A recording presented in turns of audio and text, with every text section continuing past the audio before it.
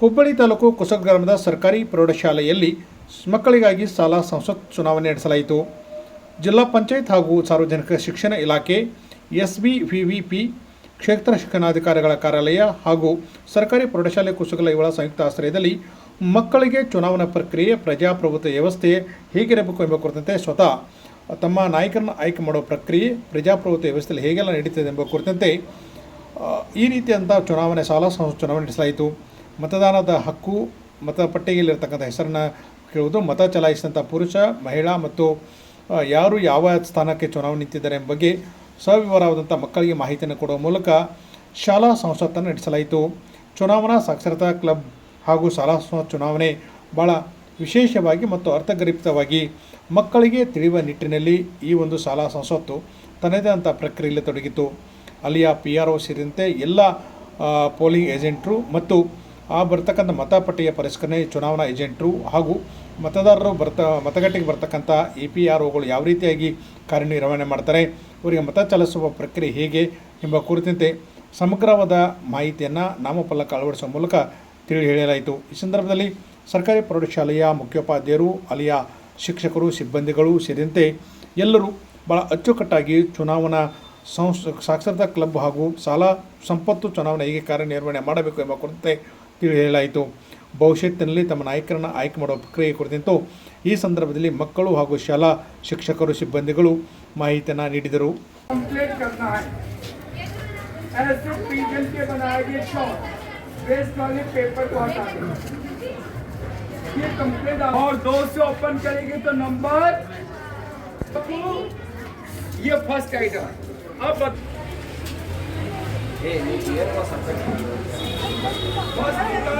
Number 4 time ऐसे आप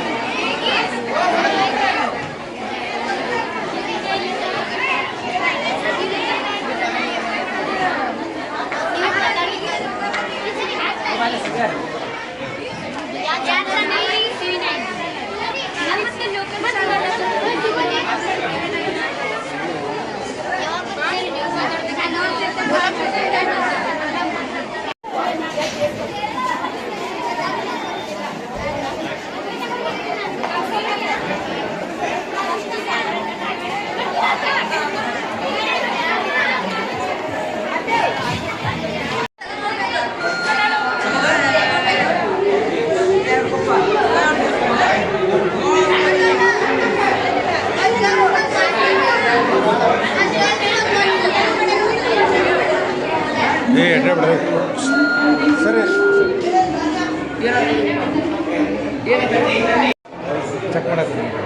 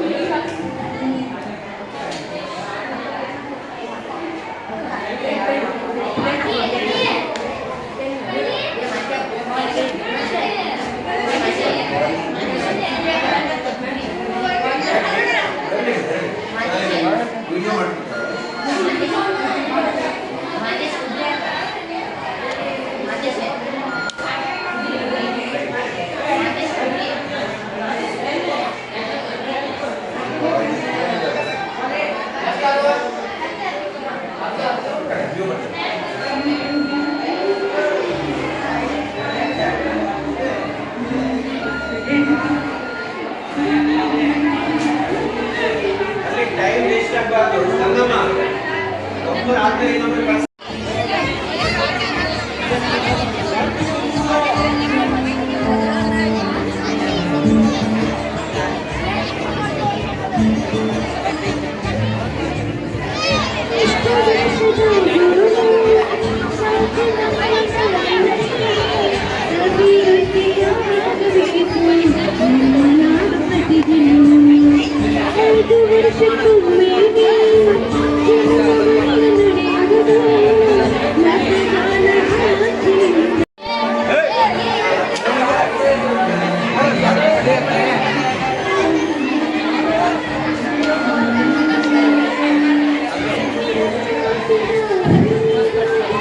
and girls ಯಾರ್ಯಾರು ಇಲೆಕ್ಷನ್ ಮುಗಿದೈತಿ ಮತ ಹಾಕಿರಿ ನೀವು ನಮ್ಮ ಕ್ಲಾಸ್ ರೂಮ್ ಹೋಗ್ಬಿಡ್ರಿ ಅಟೆಂಡಕ್ಕೆ ಹೋಗ್ಬಿಡ್ರಿ ಕ್ಲಾಸ್ ರೂಮ್ ಹೋಗ್ರಿ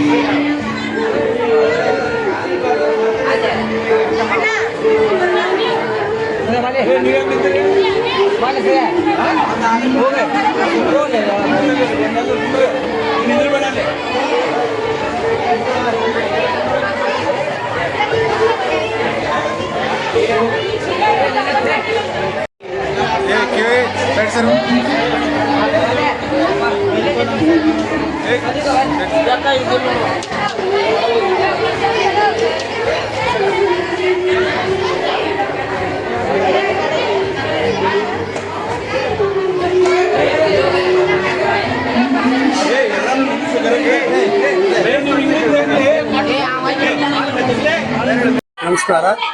ಇಂದು ನಮ್ಮ ಶಾಲೆಯಲ್ಲಿ ಅಂದರೆ ಸರ್ಕಾರಿ ಪ್ರೌಢಶಾಲೆ ಹೊಸಗಲ್ನಲ್ಲಿ ಚುನಾವಣಾ ಸಾಕ್ಷರತಾ ಕ್ಲಬ್ ವತಿಯಿಂದ ಶಾಲಾ ಸಂಸತ್ ಚುನಾವಣೆಯನ್ನು ಹಮ್ಮಿಕೊಂಡಿದ್ದು, ಈ ಒಂದು ಚುನಾವಣೆಯ ವಿಷಯವನ್ನು ಸಂಪೂರ್ಣ ವಿಷಯವನ್ನು ನಾವು ಈಗಾಗಲೇ ಎಲ್ಲ ನಮ್ಮ ವಿದ್ಯಾರ್ಥಿಗಳಿಗೆ ತಿಳಿಸಿದ್ದೀವಿ. ಇದರ ಉದ್ದೇಶ ಅಷ್ಟೇ, ನಮ್ಮ ಈಗಿನ ವಿದ್ಯಾರ್ಥಿಗಳೆಲ್ಲರೂ ಮುಂದೆ ಅವರು 18 ವರ್ಷ ಕಳೆದ ನಂತರ ಅವರು ಸಹಿತ ತಮ್ಮ ಒಂದು ಮತ ಚಲಾಯಿಸುವ ಹಕ್ಕನ್ನು ಪಡೆದುಕೊಳ್ತಾರೆ. ಆ ದಿಶೆಯಲ್ಲಿ ಎಲ್ಲ ಸಂಪೂರ್ಣ ಮಾಹಿತಿ ಅವರು ಪಡೆದಿರಬೇಕು. ಯಾವ ರೀತಿ ಹಕ್ಕನ್ನು ಚಲಾಯಿಸಬೇಕು, ಮತ ಚಲಾಯಿಸುವ ಹಕ್ಕನ್ನು ಹೊಂದಬೇಕು, ಯಾರನ್ನು ಆಯ್ಕೆ ಮಾಡ್ಕೊಳ್ಬೇಕು, ಆ ಒಂದು ಅವರು ಆಯ್ಸ್ತಕ್ಕಂಥ ನಾಯಕ ಯಾವ ರೀತಿಯಾಗಿ ಗುಣಗಳನ್ನು ಹೊಂದಿರಬೇಕು ಅಂತಕ್ಕಂಥ ಸಂಪೂರ್ಣ ವಿಚಾರಗಳನ್ನು ಅವರು ಅರಿತುಕೊಳ್ಳುವಾಗ ಈಗಾಗಲೇ ನಾವು ಪೂರ್ವಭಾವಿಯಾಗಿ ಎಲ್ಲ ಮಕ್ಕಳಿಗೆ ತಿಳಿಸಿದ್ದೀವಿ. ಆ ನಿಟ್ಟಿನಲ್ಲಿ ಇವತ್ತು ನಾವು ಈ ಒಂದು ಸಾಕ್ಷರತಾ ಕ್ಲಬ್ ವತಿಯಿಂದ ನಮ್ಮ ಶಾಲೆಯಲ್ಲಿ ಈ ಒಂದು ಚುನಾವಣೆಯನ್ನು ಏರ್ಪಡಿಸಿದ್ವಿ. ಇದಕ್ಕೆ ಸಂಬಂಧಪಟ್ಟಂತೆ ಈಗಾಗಲೇ ಕೇಂದ್ರ ಸರ್ಕಾರ ಹೊರಡಿಸತಕ್ಕಂಥ SIR ಅನ್ನೋ ನಿನ್ನೆ ದಿನ ನಮ್ಮ ಗ್ರಾಮದಲ್ಲಿಯೂ ಕೂಡ ನಾವು ಪ್ರಭಾತ್ ಬೇರಿಯನ್ನು ಮಕ್ಕಳ ಜೊತೆಗೆ ಮಾಡಿದ್ದೀವಿ. ಮಕ್ಕಳೊಂದಿಗೆ ನಮ್ಮ ಹೊಸಗಲ್ ಗ್ರಾಮದಲ್ಲಿ ಸಂಪೂರ್ಣವಾಗಿ ನಾವು ಪ್ರಭಾತ್ ಬೇರಿ ಹೋಗಿ ಎಲ್ಲರಲ್ಲೂ ಕೂಡ ಈ ಮತದಾನದ ಜಾಗೃತಿಯನ್ನು ಕೂಡ ನಾವು ಮೂಡಿಸಿದ್ದೀವಿ ಈಗಾಗಲೇ. ಹಾಗಾಗಿ ನಮ್ಮ ಮಕ್ಕಳು ಇವತ್ತಿನ ದಿವಸ ನಮ್ಮ ಶಾಲೆಯಲ್ಲಿ ಈ ಒಂದು ತಮ್ಮ ಒಂದು ತರಗತಿಯ ನಾಯಕನನ್ನ ಆಯ್ಕೆ ಮಾಡ್ಕೊಳ್ತಕ್ಕಂಥದ್ದು ಒಂದು ಕೆಲಸವನ್ನ ಇವತ್ತು ಮಾಡ್ತಾ ಇದ್ದಾರೆ. ಎಲ್ಲರೂ ಕೂಡ ಅಚ್ಚುಕಟ್ಟಾಗಿ ನಿಂತ್ಕೊಂಡು ತಮ್ಮ ನಾಯಕರುಗಳನ್ನ ಇವತ್ತು ಆಯ್ಕೆ ಮಾಡ್ಕೊಳ್ತಾ ಇದ್ದಾರೆ. ಈ ಒಂದು ಅವಕಾಶಗಳನ್ನ ನಮ್ಮ ಶಾಲೆಯಲ್ಲಿ ನಮ್ಮ ಮುಖ್ಯೋಪಾಧ್ಯಾಯರು, ನಮ್ಮ ಎಲ್ಲ ಶಿಕ್ಷಕ ಸಿಬ್ಬಂದಿ ವರ್ಗದವರು, ವಿಶೇಷವಾಗಿ ನಮ್ಮ ಸಮಾಜ ವಿಜ್ಞಾನ ಶಿಕ್ಷಕರು ಇದರಲ್ಲಿ ಮುಂಚೂಣಿಯಲ್ಲಿ ನಿಂತ್ಕೊಂಡು ಈ ಕರ್ತವ್ಯವನ್ನು ನಿರ್ವಹಿಸ್ತಾ ಇದ್ದಾರೆ. ಅವರೆಲ್ಲರಿಗೂ ನಾನು ಹೃತ್ಪೂರ್ವಕವಾದ ಅಭಿನಂದನೆಗಳನ್ನ ಸಲ್ಲಿಸ್ತಾ ಇದ್ದೀನಿ. ಈ ಮೂಲಕ ನಮ್ಮೆಲ್ಲರಿಗೂ ಕೂಡ ನನ್ನ ಹೆಸರು ಗುರುನಾಥ್ ಬರ್ದೇಲಿ, ದೈಹಿಕ ಶಿಕ್ಷಣ ಶಿಕ್ಷಕರು. ಎಲ್ಲರಿಗೂ ನಮಸ್ಕಾರ. ನಾನು ಸುರೇಶ್ ಎನ್ ನಾಯ್ಕ್ ಅಂತೇಳಿ ಸರ್ಕಾರಿ ಪ್ರೌಢಶಾಲೆ ಕುಸುಗಲ್ನಲ್ಲಿ ಸಮಾಜ ವಿಜ್ಞಾನ ವಿಷಯ ಶಿಕ್ಷಕನಾಗಿ ಕಾರ್ಯವನ್ನು ನಿರ್ವಹಿಸ್ತಾ ಇದ್ದೇನೆ. ಜೊತೆಗೆ ಚುನಾವಣಾ ಸಾಕ್ಷರತಾ ಕ್ಲಬ್ನ ನೋಡೆಲ್ ಅಧಿಕಾರಿಯಾಗಿಯೂ ಕೂಡ ನಾನು ಈ ಶಾಲೆಯಲ್ಲಿ ಕಾರ್ಯನಿರ್ವಹಿಸ್ತಾ ಇದ್ದೇನೆ. ನಮ್ಮ ಚುನಾವಣಾ ಸಾಕ್ಷರತಾ ಕ್ಲಬ್ ಭಾರತ ದೇಶದ ಪ್ರಜಾಪ್ರಭುತ್ವ ವ್ಯವಸ್ಥೆಯನ್ನ ಗಟ್ಟಿಗೊಳಿಸಲಿಕ್ಕೆ ನಮ್ಮ ಶಾಲಾ ಹಂತದಲ್ಲಿ ಏನೆಲ್ಲ ಪ್ರಕ್ರಿಯೆಗಳನ್ನ ಮಾಡಬೇಕು ಅದೆಲ್ಲ ಪ್ರಕ್ರಿಯೆಗಳನ್ನ ವ್ಯವಸ್ಥಿತವಾಗಿ ಮಾಡ್ಕೊಂಡು ಬರ್ತಾ ಇದೆ. ನಮ್ಮೆಲ್ಲರಿಗೂ ಕೂಡ ಗೊತ್ತಿರುವ ಹಾಗೆ ಭಾರತ ದೇಶ ಪ್ರಪಂಚದಲ್ಲಿ ಅತಿ ದೊಡ್ಡ ಪ್ರಜಾಪ್ರಭುತ್ವ ದೇಶ. ಈ ಪ್ರಜಾಪ್ರಭುತ್ವ ವ್ಯವಸ್ಥೆ ಜಗತ್ತಿನ ಬೇರೆ ಬೇರೆ ಭಾಗಗಳಲ್ಲಿ ಮುಗ್ಗರಿಸಿ ಬಿದ್ದಾಗಲೂ ಕೂಡ ಭಾರತ ದೇಶದಲ್ಲಿ ಪ್ರಜಾಪ್ರಭುತ್ವ ವ್ಯವಸ್ಥೆ ಗಟ್ಟಿಯಾಗಿ ನಿಂತಿದೆ. ಇದಕ್ಕೆ ಕಾರಣ ನಮ್ಮ ಶೈಕ್ಷಣಿಕ ವ್ಯವಸ್ಥೆಯಲ್ಲಿ ನಾವು ಶಾಲಾ ಹಂತದಲ್ಲಿಯೇ ಮಕ್ಕಳಿಗೆ ಏನ್ ಮಾಡ್ತಿದ್ದೇವೆ ಕೇಳಿದ್ರೆ, ಈ ಚುನಾವಣಾ ಸಾಕ್ಷರತಾ ಕ್ಲಬ್ನ ಮೂಲಕ ಪ್ರತಿಯೊಬ್ಬ ವಿದ್ಯಾರ್ಥಿಗೂ ಕೂಡ ಈ ಮತದಾನದ ಪ್ರಕ್ರಿಯೆಗಳನ್ನ ಅಥವಾ ಚುನಾವಣಾ ಹಂತದ ಪ್ರಕ್ರಿಯೆಗಳನ್ನ ಮನವರಿಕೆ ಮಾಡಿಕೊಡುವಂತ ಪ್ರಯತ್ನವನ್ನ ದೇಶ ಮತ್ತು ರಾಜ್ಯದ ಬಹುತೇಕ ಎಲ್ಲ ಭಾಗಗಳಲ್ಲಿಯೂ ಕೂಡ ಈ ಪ್ರಕ್ರಿಯೆ ನಡೀತಾ ಇದೆ. ಸಾಮಾನ್ಯವಾಗಿ ನಮ್ಮ ಪ್ರೌಢಶಾಲೆಯಲ್ಲಿ 9 ಮತ್ತು 10ನೇ ತರಗತಿಯ ಎಲ್ಲ ವಿಭಾಗದ ವಿದ್ಯಾರ್ಥಿಗಳಿಗೆ ABC ಅನ್ನುವಂತ 3 ವಿಭಾಗ ಇದೆ. ಇವರನ್ನೆಲ್ಲರನ್ನೂ ಕೂಡ ನಾವು ಚುನಾವಣಾ ಸಾಕ್ಷರತಾ ಕ್ಲಬ್ನ ಸದಸ್ಯರನ್ನಾಗಿ ಮಾಡ್ಕೊಂಡಿದ್ದೇವೆ. ಅದರಲ್ಲಿಯೂ ಕೂಡ ಚುನಾವಣಾ ಸಾಕ್ಷರತಾ ಕ್ಲಬ್ಗೆ ಒಬ್ಬ ಅಧ್ಯಕ್ಷ, ಒಬ್ಬ ಕಾರ್ಯದರ್ಶಿ ಮತ್ತು ಉಳಿದಂತೆ 9 ಮತ್ತು 10ನೇ ತರಗತಿಯ ವಿದ್ಯಾರ್ಥಿನಿಯರನ್ನ ಸದಸ್ಯರನ್ನಾಗಿ ಮಾಡಿಕೊಂಡು ಆ ಕ್ಲಬ್ ಏನ್ ಮಾಡ್ತಾ ಇದೆ ಕೇಳಿದ್ರೆ, ನಮ್ಮ ಭಾರತ ದೇಶ ಮತ್ತು ರಾಜ್ಯದ ಚುನಾವಣಾ ಆಯೋಗ ಯಾವ ರೀತಿ ಕೆಲಸ ಕಾರ್ಯಗಳನ್ನ ಮಾಡ್ತಾ ಇದೆಯೋ ಅದೇ ರೀತಿ ನಮ್ಮ ಶಾಲೆಯಲ್ಲಿಯೂ ಕೂಡ ಚುನಾವಣಾ ಸಾಕ್ಷರತಾ ಕ್ಲಬ್ ಚುನಾವಣಾ ಪ್ರಕ್ರಿಯೆಯ ಎಲ್ಲ ಹಂತಗಳನ್ನು ಕೂಡ ವ್ಯವಸ್ಥಿತವಾಗಿ ಮಾಡ್ಕೊಂಡು ಬರ್ತಾ ಇದೆ. ಉದಾಹರಣೆಗೆ ಮೊದಲನೇದಾಗಿ ನಾವು ಒಂದು ಅಧಿಸೂಚನೆಯನ್ನ ಹೊರಡಿಸಲಾಗಿತ್ತು. 25ನೇ ತಾರೀಕಿಗೆ ಅಧಿಸೂಚನೆಯನ್ನ ಹೊರಡಿಸಿ ನಮ್ಮ ರಾಜ್ಯದ ಚುನಾವಣಾ ಆಯೋಗ, ಭಾರತ ದೇಶದ ಚುನಾವಣಾ ಆಯೋಗ ಚುನಾವಣಾ ಅಧಿಸೂಚನೆಯನ್ನ ಹೊರಡಿಸುವಾಗೆ ನಮ್ಮ ಶಾಲೆಯ ಮುಖ್ಯೋಪಾಧ್ಯಾಯರು ಕೂಡ ಏನ್ ಮಾಡಿದ್ರು ಕೇಳಿದ್ರೆ, ಅವರು ಚುನಾವಣೆ ಅಧಿಸೂಚನೆಯನ್ನ ಹೊರಡಿಸಿದ್ರು. ಅದೇ ಪ್ರಕಾರ ಚುನಾವಣಾ ಅಧಿಸೂಚನೆಯಂತೆ ಮೊದಲ 2 ದಿನವನ್ನ ಮಕ್ಕಳಿಗೆ ನಾಮಪತ್ರವನ್ನ ಸಲ್ಲಿಸಲಿಕ್ಕೆ ಅವಕಾಶವನ್ನ ಮಾಡಿಕೊಡ್ಲಾಗಿತ್ತು. ನಾಮಪತ್ರವನ್ನ ಸಲ್ಲಿಸುವಂತ ಟೈಮ್ದಲ್ಲಿ ನಾಮಪತ್ರ ಹೇಗಿರ್ತದೋ ಅದೇ ಮಾದರಿಯ ಜೊತೆಗೆ ವಿದ್ಯಾರ್ಥಿಗಳ ಭಾವಚಿತ್ರ, 2 ಫೋಟೋ ಇದನ್ನು ಕೂಡ ಸಲ್ಲಿಸಲಿಕ್ಕೆ ಅವಕಾಶವನ್ನ ಮಾಡಿಕೊಡ್ಲಾಗಿತ್ತು. ಜೊತೆಗೆ 2 ಏಜೆಂಟ್ಗಳು ಕೂಡ ಅದಕ್ಕೆ ಸಹಿಯನ್ನ ಹಾಕ್ಬೇಕಿತ್ತು. ಆ ಪ್ರಕ್ರಿಯೆ ಅಡಿಯಲ್ಲಿ ವಿದ್ಯಾರ್ಥಿಗಳಿಗೆ 2 ದಿನ ಕಾಲಾವಕಾಶ ಕೊಟ್ಟು ಅದರ ಅಡಿಯಲ್ಲಿ ಅವ್ರು ಏನ್ ಮಾಡಿದರೆ ಕೇಳಿದ್ರೆ ನಾಮಪತ್ರವನ್ನ ಸಲ್ಲಿಸಿದ್ರು. ನಾಮಪತ್ರಗಳ ಪರಿಶೀಲನೆಯನ್ನ ಮರುದಿನ ಇಟ್ಕೊಳ್ಳಲಾಗಿತ್ತು. ಅದರಂತೆ ಎಲ್ಲ ವಿದ್ಯಾರ್ಥಿಗಳ ನಾಮಪತ್ರವನ್ನ ಪರಿಶೀಲನೆ ಮಾಡಿ ಅದರಲ್ಲಿ ಎಲ್ಲಿ ನಾಮಪತ್ರಗಳಲ್ಲಿ ವೈಫಲ್ಯಗಳಾಗಿದೆಯೋ ಅಂತ ನಾಮಪತ್ರವನ್ನ ನಾವು ರಿಜೆಕ್ಟ್ ಅನ್ನ ಮಾಡಿದ್ದೇವೆ. ಅದೇ ರೀತಿ ಆಮೇಲೆ ನಾಮಪತ್ರ ಸಲ್ಲಿಕೆ ಆದ್ಮೇಲೆ ವಿದ್ಯಾರ್ಥಿಗಳಿಗೆ ಸುಮಾರು 30 ಚಿಹ್ನೆಗಳನ್ನ ಒಂದು ಪಟ್ಟಿಯನ್ನ ಕೊಡಲಾಗಿತ್ತು. ಆ 30 ಚಿಹ್ನೆಗಳಲ್ಲಿ ಬೇಕಾದ ಯಾವುದೇ 2 ಚಿಹ್ನೆಯನ್ನ ಆಯ್ಕೆ ಮಾಡ್ಕೊಳ್ಳಿಕ್ಕೆ ಅವ್ರಿಗೆ ಅವಕಾಶ ಕೊಡಲಾಗಿತ್ತು.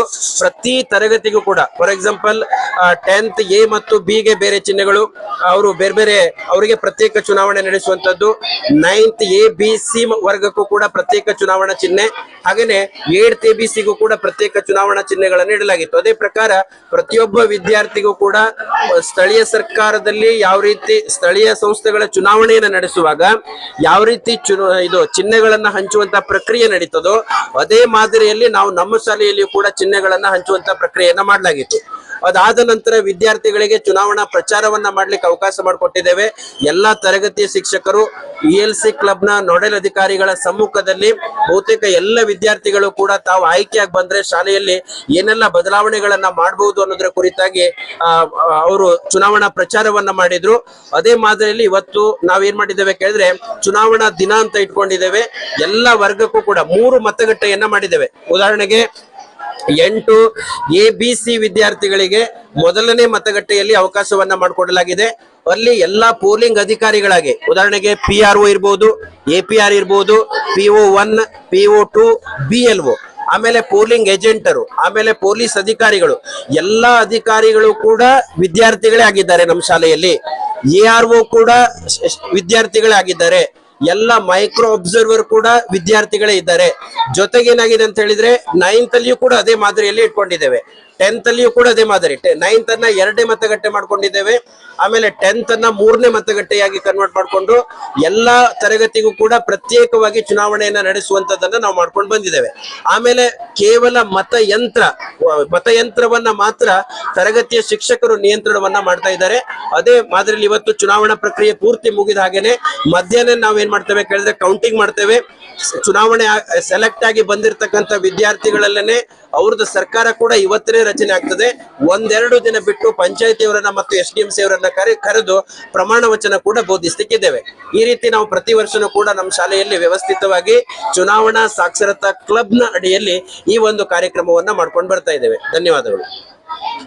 ಶಾಲೆಯಲ್ಲಿ ಸರ್ಕಾರಿ ಪ್ರೌಢಶಾಲೆ ಕುಸುಗಲಲ್ಲಿ ಪ್ರಜಾಪ್ರಭುತ್ವ ಅಂದ್ರ ಮುಂದೆ ನಾವ್ ಹೆಂಗ ಒಟ್ಟ ಮತವನ್ನ ಹೆಂಗ್ ಚಲಾಯಿಸ್ಬೇಕು ಅನ್ನೋದ್ರ ಬಗ್ಗೆ ನಮ್ ಶಾಲಾ ಸಂಸತ್ ಒಂದು ಕ್ಲಬ್ ಮಾಡಿ ನಮ್ ಸುರೇಶ್ ಸರ್ ಅದ್ರೊಳಗ ನಾವ್ ಮುಂದೆ ಹೆಂಗ್ ವೋಟ್ ಮಾಡ್ಬೇಕು ಹೆಂಗಿಲ್ಲ ಅನ್ನೋದ್ರ ಬಗ್ಗೆ ಎಲ್ಲಾ ಈಗಿಂತ್ರನ ಅಂದ್ರ ನಾವ್ ಮುಂದೆ ಒಂದ್ ಏಜಿಗ್ ಬಂದಿಂದ ಯಾರು ನಮ್ಮ ಕರೆಕ್ಟ್ ನಾಯಕರಾಗ್ತಾರ ನಮ್ದು ದೇಶಕ್ಕ ನಮ್ಮ ಕರ್ನಾಟಕ ರಾಜ್ಯಕ್ಕಾಗ್ಲಿ ಹೆಂಗ ಅಂತಂದ ಅನ್ನೋದ್ರ ಬಗ್ಗೆ ನಮ್ ಸುರೇಶ್ ಸರ್ ಈಗ ನಮ್ಗೆಲ್ಲಾ ಹೇಳ್ಕೊಡಾಕತ್ತಾರ.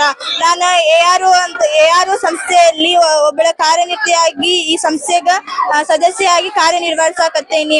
ಅಂದ್ರ ನಾವ್ ಮುಂದ ಈಗ 18 ವಯಸ್ಸಾಗಿಂದ ಈಗ ನಾವು ವೋಟಿಂಗ್ ಮಾಡ್ಬೋದು.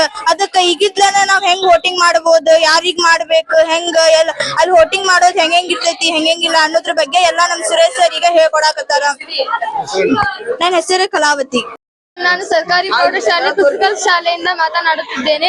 ನಮ್ಮ ಶಾಲೆಯಲ್ಲಿ ಚುನಾವಣಾ ಕಾರ್ಯಕ್ರಮವನ್ನು ಆಯ್ದುಕೊಂಡಿದ್ದರು. ಭಾರತದಲ್ಲಿ ಹೇಗೆ ಚುನಾವಣಾ ಕಾರ್ಯಕ್ರಮವನ್ನು ಆಯ್ದುಕೊಳ್ಳುತ್ತಾರೆ, ನಮ್ಮ ಶಾಲೆಯಲ್ಲೂ ಕೂಡ ಹಾಗೆ ಆಯ್ದುಕೊಳ್ಳುತ್ತಾರೆ. ಎಲ್ಲರಿಗೂ ಒಟ್ಟು 30 ಚಿಹ್ನೆಗಳನ್ನು ಕೊಡುತ್ತಾರೆ. ಅದರಲ್ಲಿ ಒಬ್ಬೊಬ್ಬರು 2 ಚಿಹ್ನೆಗಳನ್ನು ಆರಿಸಿಕೊಳ್ಳುತ್ತಾರೆ. ಅವರಿಗೆ ಸರ್ ಯಾವ ಚಿಹ್ನೆಯನ್ನು ಕೊಡುತ್ತಾರೋ ಆ ಚಿಹ್ನೆಗೆ ನಾವು ಮತ ಚಲಾಯಿಸಬೇಕು. ನಾನು ಇಲ್ಲಿ ARO ಕೆಲಸವನ್ನು ಹಂಚಿಕೊಂಡಿದ್ದೇನೆ. ಮತ ಚಲಾಯಿಸಿದ ನಂತರ ಎಲ್ಲರೂ ಲೈನ್ ಆಗಿ ಕ್ಲಾಸ್ಗೆ ಹೋಗಿ ಕುಳಿತುಕೊಳ್ಳುತ್ತಾರೆ. ಹಾಗೂ ಪ್ರವಚನ ಕಾರ್ಯಕ್ರಮವನ್ನು ಸಹ ನಮ್ಮ ಶಾಲೆಯಲ್ಲಿ ಆಯ್ದುಕೊಳ್ಳುತ್ತಾರೆ. ನಾನು ಎಲ್ಲರನ್ನೂ ಲೈನ್ ಆಗಿ ಮತ ಚಲಾಯಿಸಲು ಕಳಿಸುತ್ತೇನೆ. ಹಾಗೂ ಎಷ್ಟು ಗಂಡು ಹೆಣ್ಣು ಓಟ ಆಯ್ತು ಅನ್ನೋದನ್ನು ಸಹ ನೋಟ್ ಮಾಡ್ಕೊಳ್ತೇನೆ ಸರ್. ಹಾ ಸರ್.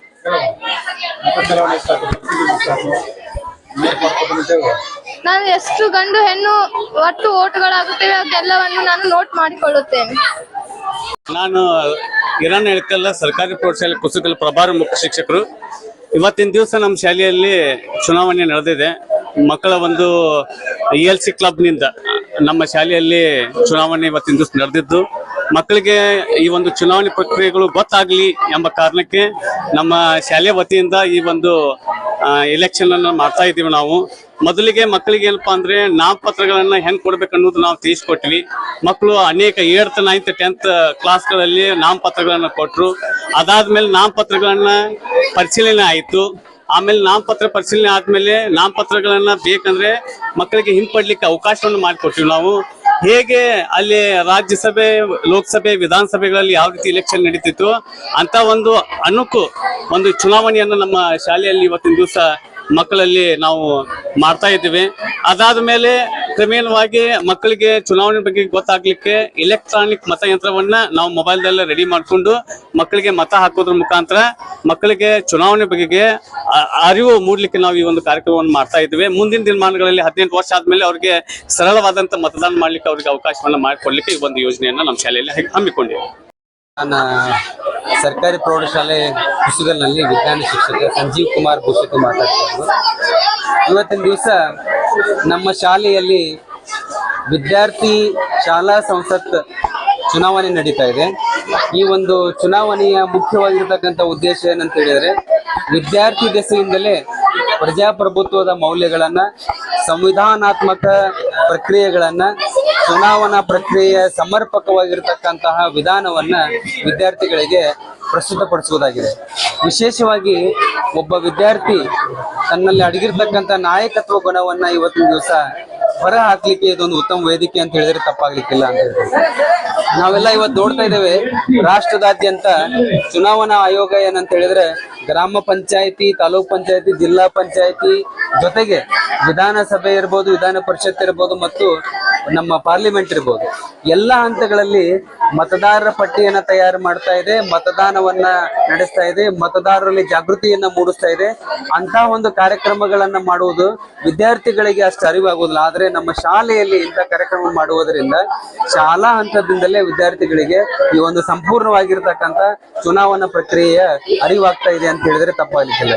ಬಹಳ ಮುಖ್ಯವಾಗಿ ಹೇಳ್ಬೇಕಾದ್ರೆ ಇವತ್ತ ನಮ್ಮ ಡಾಕ್ಟರ್ BR ಅಂಬೇಡ್ಕರ್ ಅವರು ಬರೆದಿರ್ತಕ್ಕಂಥ ಸಂವಿಧಾನದ ಏನ ಹಕ್ಕುಗಳು ಮತ್ತು ಕರ್ತವ್ಯಗಳಿದೆ, ಆ ಹಕ್ಕುಗಳನ್ನ ಮತ್ತು ಕರ್ತವ್ಯಗಳನ್ನ ವಿದ್ಯಾರ್ಥಿಗಳ ಒಂದು ಜೀವನದಲ್ಲಿ ಹಾಸುವಕ್ಕಾಗಿ ಬೆಳೆಸುವ ನಿಟ್ಟಿನಲ್ಲಿ ಇವತ್ತು ಶಾಲಾ ಸಂಸತ್ ಚುನಾವಣೆ ಏನಿದೆ ಅಲ್ಲ ಉತ್ತಮವಾಗಿರ್ತಕ್ಕಂಥ ವೇದಿಕೆ ಅಂತ ಹೇಳಿಕ್ಕೆ ನನಗೆ ಬಹಳ ಖುಷಿ ಅನಿಸ್ತಾ ಇದೆ. ನಮ್ಮ ಶಾಲೆಯಲ್ಲಿ ಅನೇಕ ವರ್ಷಗಳಿಂದ ಇದನ್ನು ಮಾಡ್ಕೊಂಡು ಬರ್ತಾ ಇದ್ದೇವೆ. ಈ ವರ್ಷವೂ ಕೂಡ ಎಲ್ಲಾ ವಿಧಿವಿಧಾನಗಳನ್ನ ವಿದ್ಯಾರ್ಥಿಗಳಿಗೆ ಪರಿಚಯಿಸಿ ಎಲ್ಲವನ್ನೂ ಏನಂತ ಹೇಳಿದ್ರೆ ನಾವು ಒಂದು ಚಾರ್ಟ್ ರೂಪದಲ್ಲಿ ಅವ್ರ ಗಮನಕ್ಕೆ ತಂದಿದ್ದೇವೆ. ಬಹಳಷ್ಟು ಖುಷಿಯಿಂದ ಅವರೆಲ್ಲ ಪಾಲ್ಗೊಂಡಿದ್ದಾರೆ. ಈ ಅವರ ಮುಖದಲ್ಲಿ ನಗು ಮತ್ತು ಖುಷಿಯನ್ನು ನೋಡಿ ನಮಗೆ ಬಹಳ ಹೆಮ್ಮೆ ಅನಿಸ್ತಾ ಇದೆ. ಈ ರೀತಿಯಾಗಿ ಒಂದು ಶಾಲಾ ಹಂತದಿಂದ ಮಕ್ಕಳಲ್ಲಿ ಪ್ರಜಾಪ್ರಭುತ್ವದ ಮೌಲ್ಯಗಳನ್ನು ಗಟ್ಟಿಗೊಳಿಸುವಂತ ಕಾರ್ಯವನ್ನು ನಮ್ಮ ಶಾಲೆ ಮಾಡ್ತಾ ಇದೆ ಅಂತ ಹೇಳಿಕ್ಕೆ ನಂಗೆ ಹೆಮ್ಮೆ ಅನಿಸ್ತಾ ಇದೆ. ಧನ್ಯವಾದಗಳು. ನಮಸ್ಕಾರ, ನನ್ನ ಹೆಸರು ಭಾನುಮತಿ ಅಡಗಲ್ ಅಂತ. ನಾನು ಇಲ್ಲಿ ಈ ನಮ್ಮ ಶಾಲೆಯಲ್ಲಿ ಇಂಗ್ಲಿಷ್ ಶಿಕ್ಷಕಿಯಾಗಿ ಕೆಲಸ ಮಾಡ್ತಾ ಇದ್ದೀನಿ. ಇವತ್ತು ನಮ್ಮ ಶಾಲೆಯಲ್ಲಿ ಚುನಾವಣಾ ಸಾಕ್ಷರತಾ ಕ್ಲಬ್ ವತಿಯಿಂದ ಚುನಾವಣೆಯನ್ನ ಏರ್ಪಡಿಸಿದ್ದು. ಇಲ್ಲಿ ಮಕ್ಕಳಿಗೆ ಸುವ್ಯವಸ್ಥಿತವಾಗಿ ಅಂದರೆ ಒಂದು ಚುನಾವಣೆ ಹೇಗಿರುತ್ತೆ ಪ್ರಾಕ್ಟಿಕಲ್ ಆಗಿ ಅದರದ್ದು ಒಂದು ನಕಲು ಹೇಗ್ ಮಾಡ್ಬೇಕು ಅನ್ನೋದನ್ನ ಮಕ್ಕಳಿಗೆ ಅರಿವು ಮೂಡಿಸ್ಲಿಕ್ಕೆ ನಮ್ಮ ಶಾಲೆಯಲ್ಲಿ ಪ್ರತಿಯೊಂದು ಹಂತದಲ್ಲಿ ಒಬ್ಬ APRO ಕೆಲಸ ಏನು, ಒಬ್ಬ BLO ಕೆಲಸ ಏನು, ಪ್ರತಿಯೊಂದು ಹೆಣ್ಣು ಗಂಡು ಯಾವ ರೀತಿಯಿಂದ ಅವ್ರು ಮಾರ್ಕ್ ಮಾಡ್ಕೋತಾರ, ಯಾವ ರೀತಿ ಹಿಂಗ್ ಹಚ್ಬೇಕು, ಯಾವ ರೀತಿ ಕೌಂಟಿಂಗ್ ಆಗುತ್ತೆ, ಯಾವ ರೀತಿ ನಾವು ಓಟನ್ನ ಮಾಡಬೇಕು, ಯಾವ ರೀತಿ ನಾಯಕರನ್ನ ನಾವು ಆರಿಸ್ಬೇಕು ಅನ್ನೋ ಪ್ರತಿಯೊಂದು ಹಂತದ ವಿಷಯವನ್ನ ಸವಿಸ್ತಾರವಾಗಿ ಏನ್ ಮಾಡಿದೀವಿ ನಾವಿಲ್ಲಿ ಮಾಡ್ತಾ ಇದ್ದೀವಿ. ಇದರಿಂದ ನಮ್ಮ ಒಂದು ಮುಂದಿನ ಚುನಾವಣೆ ಇವರು 18 ವರ್ಷ ಆದ ನಂತರ ಒಬ್ಬ ಚುನಾವಣೆ ಅಂದ್ರೆ ಹೆಂಗಿರ್ತದ, ನಾಯಕರನ್ನ ನಾವು ಯಾವ ರೀತಿ ಆರಿಸ್ಬೇಕು, ಎಂತ ನಾಯಕರಿಂದ ನಮ್ಮ ದೇಶದ ಒಂದು ಭವಿಷ್ಯವನ್ನ ನಾವು ಕಟ್ಟಬೇಕು ಅನ್ನೋ ಒಂದು ವಿಚಾರವನ್ನು ಈಗಿಂದಲೇ ಅವ್ರಿಗೆ ನಾವು ಮೂಡಿಸಿ ಅವರ ಒಂದು ನಮ್ಮ ದೇಶದ ಒಂದು ಭವಿಷ್ಯ ನಿರ್ಧಾರ ಆಗೋದೇ ಒಂದು ಚುನಾವಣೆಯಿಂದ. ಆ ಚುನಾವಣೆಯಲ್ಲಿ ಎಂತಹ ನಾಯಕರನ್ನ ನಾವು ಆರಿಸ್ಬೇಕು ಅಂತೇಳಿ ಮತ್ತೆ ಇವರು ಕೂಡ ಒಬ್ಬ ಒಳ್ಳೆ ನಾಯಕರಾಗಿ ಹೊರಹೊಮ್ಮಬೇಕು, ನಮ್ಮ ದೇಶದ ಒಂದು ಭವಿಷ್ಯವನ್ನ ಕಟ್ಟುವಂತವ್ರಾಗ್ಬೇಕು ಅಂತ ಹೇಳಿ ಈ ಒಂದು ಚುನಾವಣೆ ಮೂಲಕ ಅವ್ರಿಗೆ ನಾವ್ ಏನ್ ಮಾಡ್ತಾ ಇದ್ದೀವಿ, ಈ ಒಂದು ಶಿಕ್ಷಣವನ್ನ ನಾವು ನೀಡ್ತಾ ಇದ್ದೀವಿ. ಇದಕ್ಕೋಸ್ಕರ ನಮ್ಮ ಮುಖ್ಯೋಪಾಧ್ಯಾಯರು, ನಮ್ಮ ಸಮಾಜ ವಿಜ್ಞಾನ ಶಿಕ್ಷಕರು, ಪ್ರತಿಯೊಬ್ಬ ಶಿಕ್ಷಕರು ಏನ್ ಮಾಡ್ತಾ ಇದ್ದಾರೆ ಅಲ್ಲಿ ಎಲ್ಲರೂ ಕೆಲಸವನ್ನು ಮಾಡ್ತಾ ಇದ್ದಾರೆ. ಅದರಲ್ಲಿ ಮಕ್ಕಳಿಗೂ ಕೂಡ ಅತಿ ಹುಮ್ಮಸ್ಸಿನಿಂದ ಭಾಗವಹಿಸಿ ಈ ಒಂದು ಶಿಕ್ಷಣವನ್ನು ಅವ್ರು ಪಡಿತಾ ಇದ್ದಾರೆ ಅಂತ ಹೇಳ್ತಾ ನಾನು ಈ ವಿಚಾರನ ಇಲ್ಲೇ ಮುಗಿಸ್ತೇನೆ. ಭಾನುಮತಿ ಅಡಗಲ್.